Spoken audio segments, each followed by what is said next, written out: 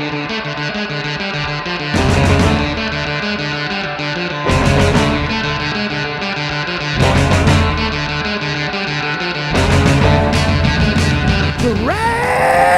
Radio, coming at you live on MP3 from high on a hill above beautiful Lake Washington. I am Lestro, and with me, as always, is the Guru. Yes, sir, yes, sir, yes, sir, yes, sir, yes, sir, yes, sir. And you know how this goes. We're here to talk a little trash on the week's worth of sports. I don't know anybody except the Guru, and the Guru knows all. Man, I know a little something, something, man. Just a little something, man. Guru, it is episode 45, and we are less than a week away from the start of the NFL preseason. So you know it's time to start previews. This week we've got Sebastian with us from the Sebi podcast to talk about the Dirty South. He's got previews from the camps of the NFC and AFC South. Who are the favorites? Which rookies will make the biggest impact? And will Andrew Luck bring the Colts back to prominence? But first, Guru, you know we gotta talk about LeBron James. He opened a school this week. The king is back, baby. I'd rather be a king than a president. The king opened a damn school, and still somehow our idiot president found a way to insult him. So we got our new World of Sports Network basketball correspondent, Randy Yardom, to talk about LeBron and his impact on and off the court. Does this cement his GOAT status? Then, segment 2, Guru continues the countdown to kickoff with his top 5 defensive tackles in the game. You know we got the 2-minute drill and a special Hall of Fame's game time. Episode 45, Guru. Let's roll.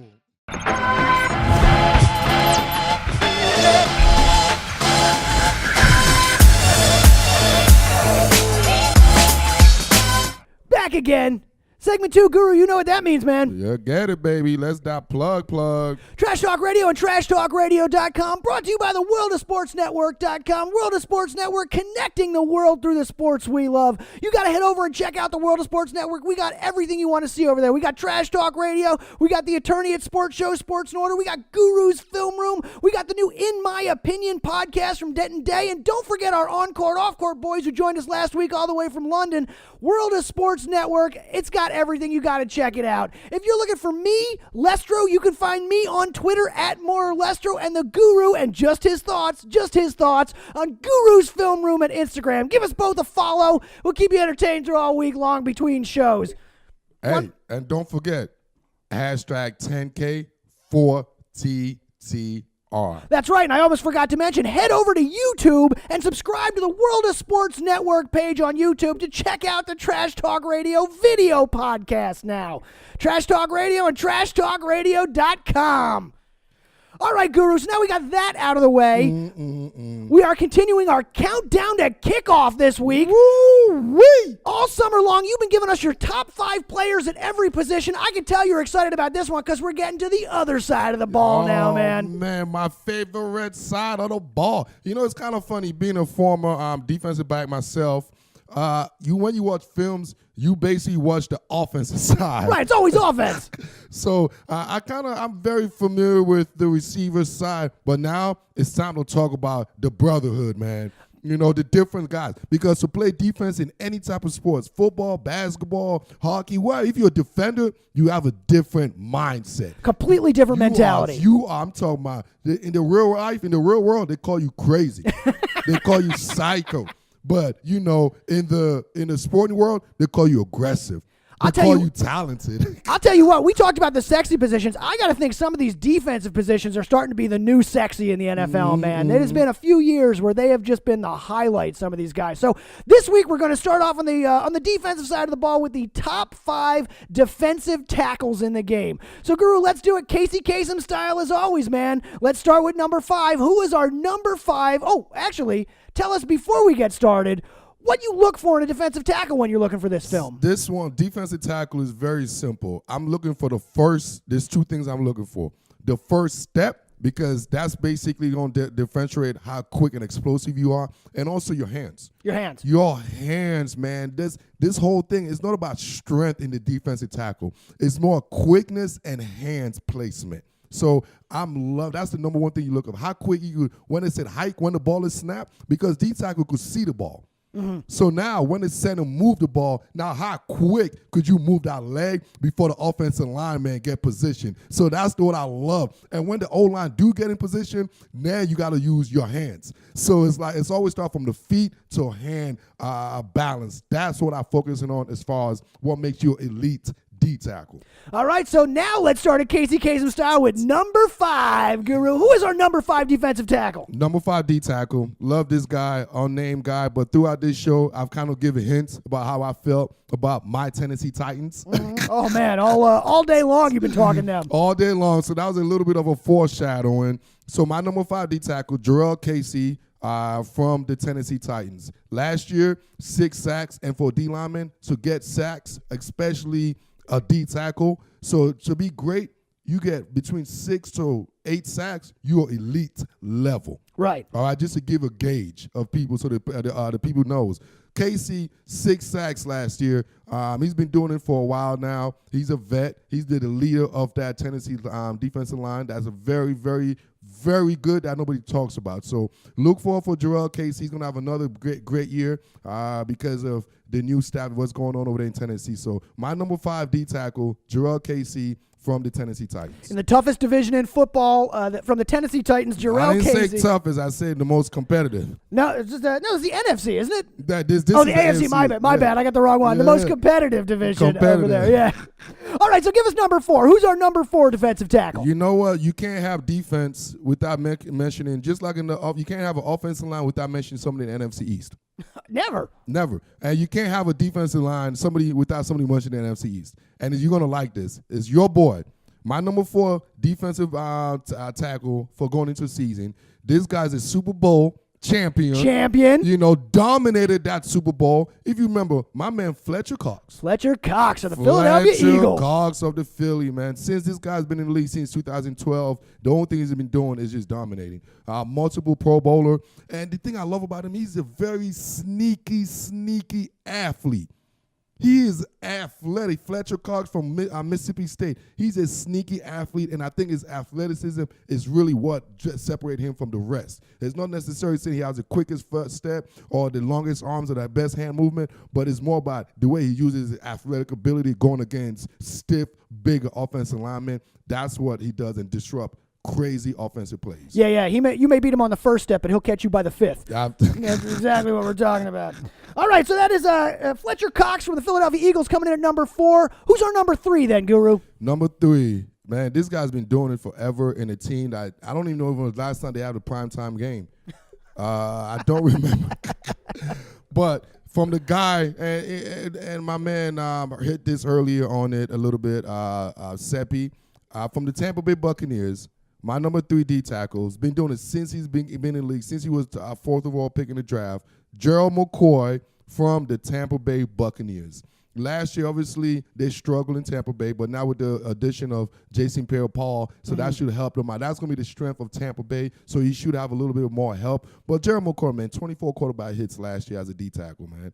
Come on, that's just. And then what makes him so unique is he plays that 3 technique, man. He got one of the quickest steps in the game. Like his pass rushing skills and his hand and pass and feet movement is, oh my God, it's top notch. That's why he is a top 3 D tackle in the NFL. So that's number 3, Gerald McCoy from Tampa Bay coming in at number 3. That means there's only 2 ahead of him. Who we got? First off, this guy, before the number 1, this guy was just the most wrecking ball D tackle guy in the league. I mean, this guy was just a man amongst boys. I'm going with the Bungles, Cincinnati Bungles. You know how I feel about my Bungles. I know. You picked him last year. Geno Atkins from the Bengals. I mean, this guy is the most disruptive D tackle, not named. I'm going to tell you, I'm not going to, we all know who number 1 is, not known Aaron Donald. Right. That's all this guy does. I'm talking about stopping the run, getting sacks. Pull out his last year, he got 9 sacks. 9 sacks last year. Now, we already said 6 to 8 makes you elite. 9 makes you out of this world. Out of this world. Exactly. That's why you become top 2. And you're coming from Cincinnati getting 9. Out of this, he's been doing it for his whole career. Now, he's like the long tooth man. He's about 29 right now. So in football, that's the old age. Right. Getting up there. He's the OG of the line, man. So 9 quarterback sacks, 20 quarterback hits. He's just a disruptive individual. Every time an offense put a game film on, and when you play the Bengals, the first thing you're going to do is, how do I make sure How do we stop him? Geno Atkins? Yeah, how do we not let him beat us? All right, so that is our leading to number one. Let's count them down from the top five just as a review. We got Gerald Casey from Tennessee, Fletcher Cox from Philadelphia, Gerald McCoy from Tampa Bay, and Geno Atkins from Cincinnati, all leading to the number one, which we've already said is... the greatest player, the best player in football, Aaron Donald, Los Angeles Ram, D tackle, the all world, the all everything, the world, the all great when Aaron Donald last year led the league with 11 sacks. 11. What I That's said, above elite. That's what I said. The all world. Yeah. The all everything. All everything. All everything. All universe number of sacks. All universe 11 sacks. Now with the addition of my top my top 8 D tackle with Dominican Sue lining up with Aaron Donald. Oh my gosh, Russell Wilson. That be line's careful. a problem. Jimmy G. Hey, you better make sure that porn star know how to do some. What did porn star know how to do?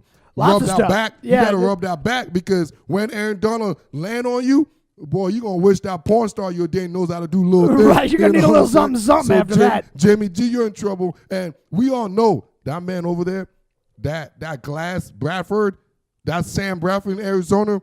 When Aaron Donald with 27 quarterback hits, he's gonna get you, Bradford. He's gonna knock Bradford back to Minnesota. And then another thing that made him so ridiculous, he caused 5 fumbles. Now, what makes him so good, Guru? Everything I said, what I described, hands, burst, explosion, footwork, and strength, everything, he has it. He's got it. He got it. Any type of technique, he's unreal, smooth.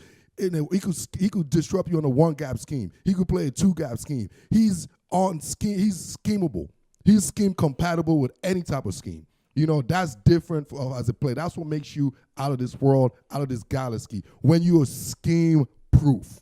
And there you have it, the top 5 defensive tackles heading into the 2018 NFL season. Gerald Casey, Fletcher Cox, Gerald McCoy, Geno Atkins, and the best player in football, Aaron Donald. Now, if you want to hear more about these guys a little bit more in depth, you can check out Guru's Film Room on Instagram, and the Guru is gonna play this out a little bit more for you, give you a little more detail into this. Isn't that right? Sir, yes, sir, yes, sir. It's the G to the U to the R to the U. Now, Guru, what are we going to talk about next week then? Oh, yeah. I love this, too, now. We're going to talk about the pass rusher. The pass rushers next week. Yeah, the pass rusher. We finna talk about the guy that gets sacks. Nice. And put like this. In those one, if you get less than 11 sacks, you ain't going to be on the Google's list. I'll tell you that. Because if you can't sack a quarterback, you ain't on my list. And there it is. If you can't sack a quarterback, you ain't on the Guru's list. You want to call it the next week, though. It's going to be the sackers, man. The top 5 sackers of the league, baby. I can't wait to hear this one. All right, so Guru, that of course takes us to the 2-minute drill. Are you ready? Let's get it. Here's how we play the 2-minute drill on Trash Talk Radio. This gives up an opportunity to talk about the things in sports that we didn't get a chance to talk about this week. I put 2 minutes on the clock. I start lobbing questions. Are you ready for it? Let's do this. Doing. Guru, Johnny Manziel made his debut as a starter in the CFL this weekend and threw 4 picks in the first half. A very Peterman-esque performance, if you will. Will we ever see Johnny football in the NFL? See, the funny thing is, Ryan Pick 6 Patrick is still in the NFL, right? Yeah. And Johnny only threw 4 picks. Only 4. So I think there's a chance he could still make it in the NFL. All right, that's what I like to hear. Guru, this week our own. I'm sorry, hang on. Let me before I get to that one. You posted this week on your on Guru's Film Room a video of LaMelo Ball making a shot from half court in his little league, asking if he would make the NBA. My question for you is, will we see Melo in the NBA? LaMelo Ball. We will see him before. What's the word before the NBA? MBD. What's The G League. The G League. Yeah. We won't see him in the NBA. We will see him in the NG League. We'll see him in the G League. All right. He might as well see him in his daddy league. The daddy might as well come with a professional league, man. Right, Hey, LeVar, come talk to us about that damn LeVar damn league, man. Come talk to the guru, dog. I'll plug the Baldashians if he's coming on the show. He don't like being called a Baldashian. I'll plug the Baldashians if he's on the show. Guru, back to football. This week, Richard Sherman passed his physical and got his $2 million bonus, but a video surfaced of him getting burnt by Marquise Goodwin down there in San Francisco. Well, you must have saw it on the Guru's film room. I saw it in the Guru's film room. So my question is, will Sherman make his way back to be an impact player for San Francisco this season? What do you expect from him? And when you say impact, is it positive or negative? It doesn't matter. I meant positive, but you know what? You know, he will be an impact, and because the receivers are going to impact his feelings. Like Drake and those guys say, Richard Sherman going to be in his feelings this year, baby, because he's going to see a major drop-off between a great guy. He's been great his whole career, but you're going to see him fall off of the surface of the earth week 1 this year. Really, that's it. All right. Well, I got 2 more questions here. I know we just heard the horn. Real quick, we got the attorney at sports this week from the World of Sports Network traveled up to Boston to watch his beloved Yankees take on the Red Sox. My question for you is, what's the greatest rivalry in sports as far as you're concerned? Easy. Redskins, Cowboys. I knew you'd say Come that. Come on, man. That is It's not been right. historic, man. It's been like that through the dawn of time. Yep. Before football, it's always been the Redskins versus Cowboys, man. What are you talking about, man? You know what? That's a good point. I'm going to give you that one. And final question. ESPN Steve Levy celebrated 25 years on the network this week. Do you got a favorite Sports Center anchor? Oh, man, I can't. It's like asking me which parents I like more, my mom or my dad. Yeah, it's true. You know, I got a bunch of them, man. I can name all before they became ABs, from the Linda Cohn, the Dan Patrick, man, from the Stuart Scott, man. Obviously, I'm a Sports Center baby, man. I'm from the Keith Oberman, man, the Craig Kilborns. I'm old school. Oh, my God, you said Craig Kilborn. Craig Kilborn, man. I love Kilby. From the Dan Patrick. Even take it back to the mothership with Colin Cowherd. Take it all the way down to Bob Coster. I've been listening to ESPN longer than majority of you guys who's watching us been alive. Boy, that is the truth. So, Guru, I'm going to say, I think my favorite, if I had to pick one guy, it's probably Stuart Scott. Booyah. Booyah. Booyah. Other side of the pillow. But if I had to pick a Sports Center to watch, it's always that Big Show with Oberman and Patrick from back in the day, Dan man. Patrick. You know, I love when they do baseball comments they used to make. The best. You know, bartender, give me a drink. Give me a beer. But hey, he's Jack. Bartender, he is country strong. Country strong. You don't want to hit that home run. Yeah, he man. is country strong. All right, Guru. And, with that, you know what time it is, right? It's game time, baby. Here we go, game time. Game time. Game on! Game on! Sounds like game time to We me. should do, the 3 of us should play a game of stickball. And Guru, this week on Game Time, you just heard him, was Ray Lewis was inducted into the Hall of Fame this weekend out in Canton. Last weekend, the Baseball Hall of Fame held their annual inductions. So it's Hall of Fame season. I figure we play a little bit of Hall of Fame game time. Let's do this, baby. Get my red jacket because, you know, the Guru over here, I don't do no yellow jacket. I don't do no green jacket like the Masters. I do the red jacket because the Guru's all about that love, baby. As always on Game Time, right answers get us Marv. Yeah. Wrong answers get us Rabel. It's no good! Here we go. Starting with the Football Hall of Fame, Brian Urlacher's induction into the Hall of Fame this weekend padded the Chicago Bears' lead in the franchise with the most inductees. Jackson and Houstonville are still unrepresented in the Hall of Fame, and Carolina only has 3 players who've ever worn their jerseys, but no primary Panthers. Other than those 3 teams, which NFL team has the fewest inductees in Canton? The fewest inductees in Canton. Is it the Seahawks, the Bengals, the Buccaneers, or the Falcons? Who's got the fewest? Dude, okay, we know Tampa Bay just got the last good run, so I'm not going to say Tampa, you know. The Hogs had a few, you know, large, and they had a few this last couple of years. The other 2 are the Bengals and the Falcons. The Bengals, the Falcons have, I'm going with Atlanta. Going with Atlanta. It's no The good! Bengals. It's actually the Bengals only have 3 players, 1 primary, Anthony Munoz, and 2 other guys who've worn their jersey are in the Hall of Fame. So the Cincinnati Bengals, Atlanta, who the heck is Atlanta got, man? you know what? I can look that up for I don't have it written down. Dude, I'm telling you, I want to, you know what, man? We're going to do a retake on that because I felt there's no one I could, because Dion don't count for Atlanta. When you think about Atlanta, you think about one person. Well, Dion is in there. But that's not for Atlanta. I won't count that. No. Man, okay. I'm going to check that on them Falcons. All right, question number We 2. should ask that Sebastian. Among the we should have among the top Hall of Fame among the top Hall of Fames, the Football Hall is unique in that it does something that none of the other sports do in their Hall of Fame. What is the thing that only the NFL does. They are A, sponsored by a beer company, B, sorts the players by team, C, does not induct officials, or D, has a wing devoted to injuries. What does the Hall of Fame do that's unique, the Football Hall of Fame? Do they, sponsored by a beer company, sort their players by team, not induct their referees, or have an injury wing? Man, that's a good one. You like that one? That was a good one. I'll go with D. D. It's no good! Nope, they do not have an injury wing, but they do not induct officials. There are no referees in the Hall of Fame. Damn right. You know what they do? You remember the film, Mary? I got to tell you. You know why? You know we need to induct in the review, I think the booth. I You was don't, gonna need say, a receiver. You don't need a referee. We're going to put the booth, the camera. You know that camera right there? You're in the Hall of Fame. I think Ed Hockley's been working out to force his way into the Hall of Fame. You see that guy? Hey. Woo! I'm getting there, baby. I'm getting there, head. I wouldn't go after Hockley. All right, number 3, the Football Hall of Fame gives its members a special gold jacket. We mentioned that before. That's made by Hagar for each inductee.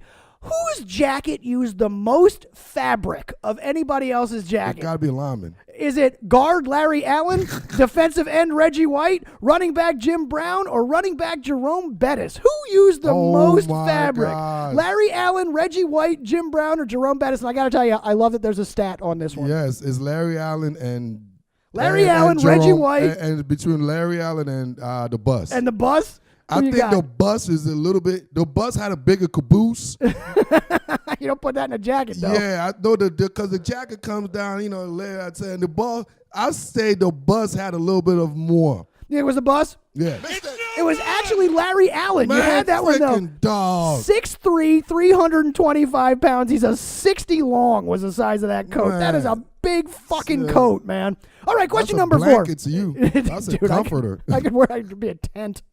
Question number 4. Many of the members of the Football Hall of Fame are also members of the College Football Hall of Fame, recently moved to Atlanta.